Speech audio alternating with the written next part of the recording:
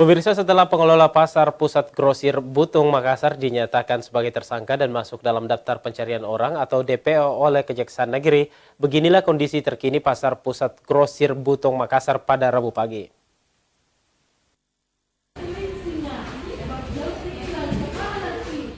Beginilah kondisi pasar pusat grosir Butung Makassar yang terletak di Jalan Butung, Kecamatan Wajo, Kota Makassar pada Rabu pagi. Berdasarkan pantauan tim liputan Selebes TV di lokasi, suasana pasar Butung tampak sepi. Tidak seramai dan sepadat beberapa waktu lalu, di mana sebagian besar kios terlihat tutup, mulai dari lantai dasar hingga lantai 4. Asriadi Doloking selaku koordinator pedagang menyebut, sebanyak 151 pedagang telah diusir oleh Andri Yusuf, pengelola pasar yang menjadi tersangka dugaan kasus korupsi biaya sewa terhadap 37 kios yang mencapai 15 miliar rupiah. Mengenai pasar Butung ini sebenarnya polemiknya sangat kompleks.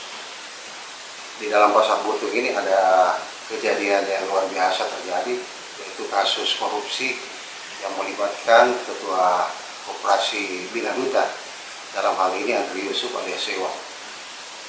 Di dalam perjalanan kasusnya ini, Andri Yusuf ini ternyata sudah mengingkari 3 kali panggilan dari Kejaksaan dan sekarang berstatus daftar pencarian orang atau DPO.